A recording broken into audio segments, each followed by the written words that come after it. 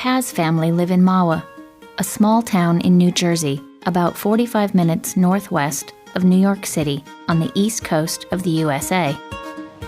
Jerry and Michelle have 4 children, 3 sons and 1 daughter.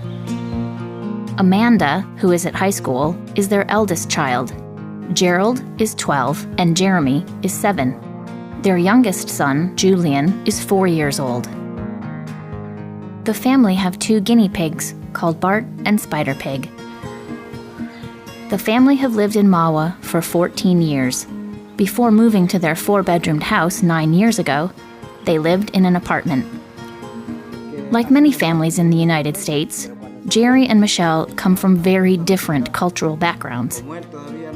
Jerry's parents, Victor and Lola, live nearby. My name is Lola Paz. My name is Victor Paz. We come from Lima, Peru.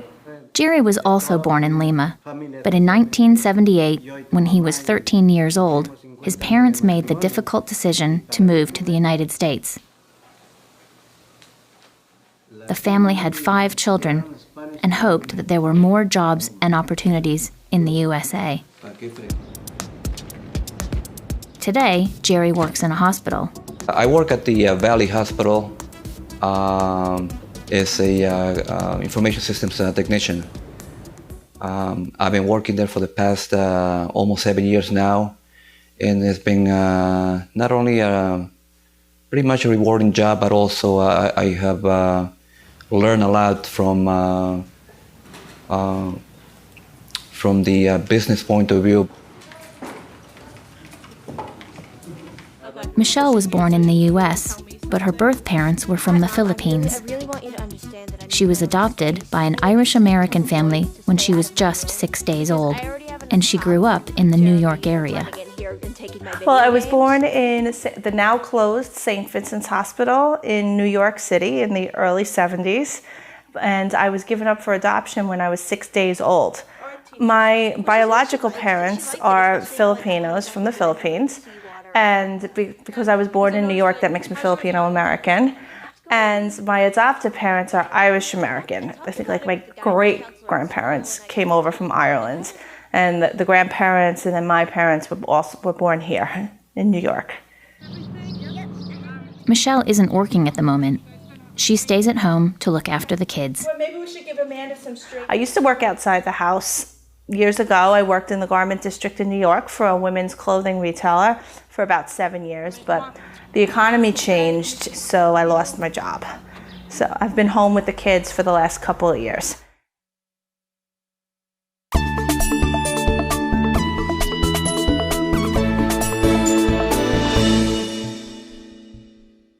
Jerry and Michelle met 20 years ago, and they have been married for 15 years. They met while they were working together in a department store. And I was still in high school, and I started talking to him. And just as a joke, because again, I didn't know a lot about the Philippines or its culture, I see Jerry walking down the aisle, and I said, excuse me, are you Filipino? And he said, are you talking to me? And I said, yeah, you, come here. And I started talking to him. I said, hi, my name is Michelle. I was just curious, are you Filipino? And he says to me, yes. And then he walks away. So I go back to folding my sweaters and doing my job as a part-time salesperson. He comes back over and he says, I'm sorry, Michelle, I was only kidding. I'm not Filipino. I'm like, oh, okay, well, where are you from? He said, Peru. He started laughing. We started talking, hanging out. And 15 years, 4 kids later, we're married and doing the best we can, living our lives. The family is close-knit, and Lola and Victor play an important role in family life. They teach their children and grandchildren about their Peruvian cultural identity. For Michelle, it's more difficult to pass on her Filipino identity. I'm glad that my in-laws are involved in our lives, and I can honestly say that I'm very lucky for having such wonderful, open-minded, welcoming people in my family. I'm still trying to learn about the Philippines and its culture because I know nothing of it. So at this point in time, I can't really pass any knowledge on to my children. Any kind of cultural identity, cultural customs, traditions have been passed down to the children from the Peruvian side. as my children have their father, my husband, and their grandparents who are still in touch with their culture to teach them about the language, the customs, the traditional dress, the dances. We're still learning that. My mother-in-law, she's an amazing Peruvian food cook, and she's been feeding me basically since Jerry walked in and introduced me to his family. So I've seen all different kinds of cuisines and entrees from the Peruvian side, and a lot of the stuff is delicious. I've also learned how to cook some of the things, which has also made Jerry happy.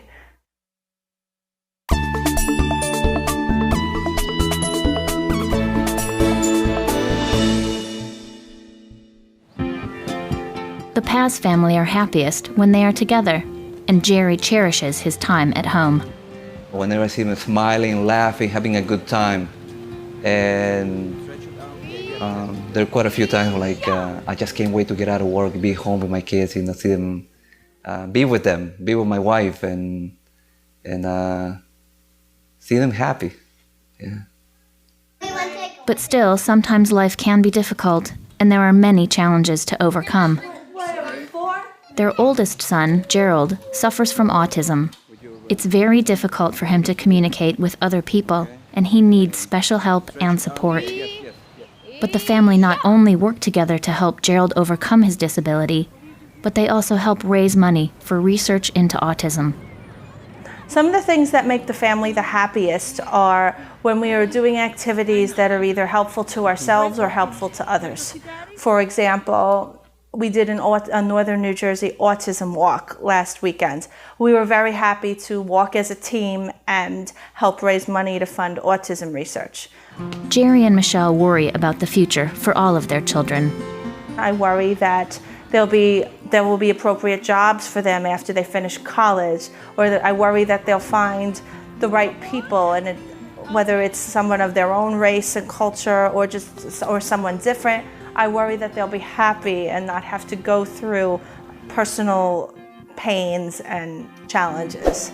But like their parents before them, they simply want to do the best for their children and hope that whatever happens, their children are happy.